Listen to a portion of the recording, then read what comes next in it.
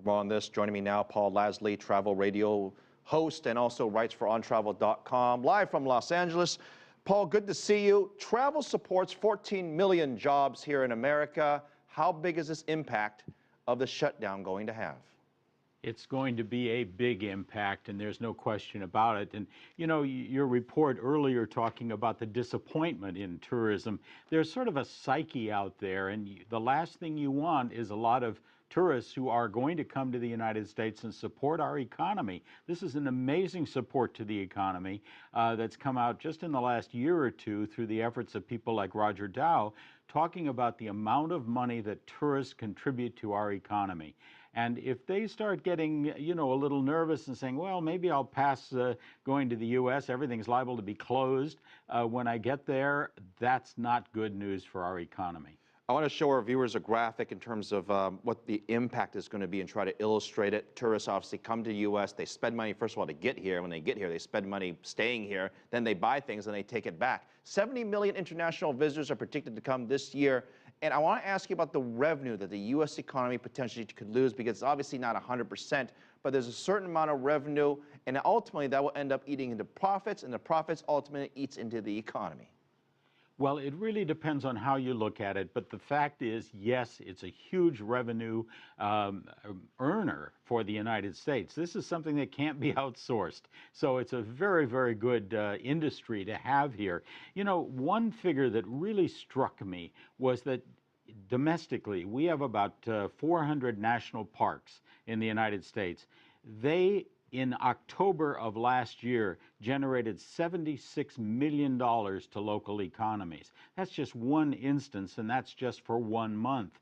So you get some sense of the amount of money that's coming into our economy from tourism. And then the other thing is the average foreign visitor into the United States spends a total of $4,500 while they're here. So every visa that's issued is really a net income earner for the United States.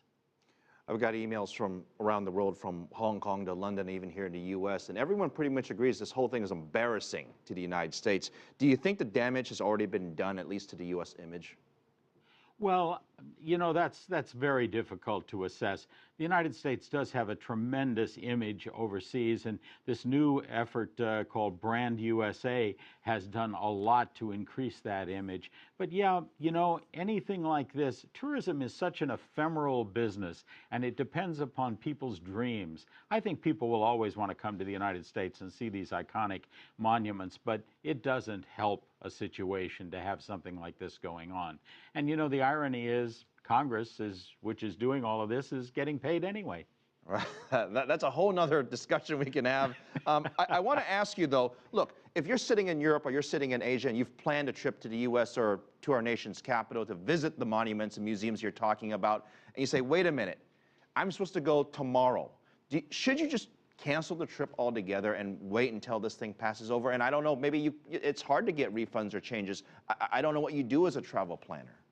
Well, I think we shouldn't overlook the fact there's an awful lot of stuff to do in the United States beyond just these iconic monuments. You know, in Washington, D.C., for instance, there's the Phillips Collection, one of the great art museums in the world, the Corcoran Gallery of Art, the Newseum, the International Spy Museum. I love that place.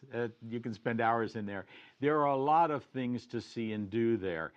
Granted, the big monuments, the mall museums, just amazing, that attract hundreds of thousands of visitors, are all closed. But there are other things to do. And faced with rejiggering a trip, I would tell people, come see America, visit the things that are open, and also just explore the people and have fun here, because it is one of the world's great iconic destinations, not just our monuments, but coming to the United States alone is a remarkable thing. This shutdown has now been for a couple of days, so I will entertain the idea that the impact will be relatively small. But as the days go on in terms of this shutdown, there's going to be a serious longer impact, isn't there?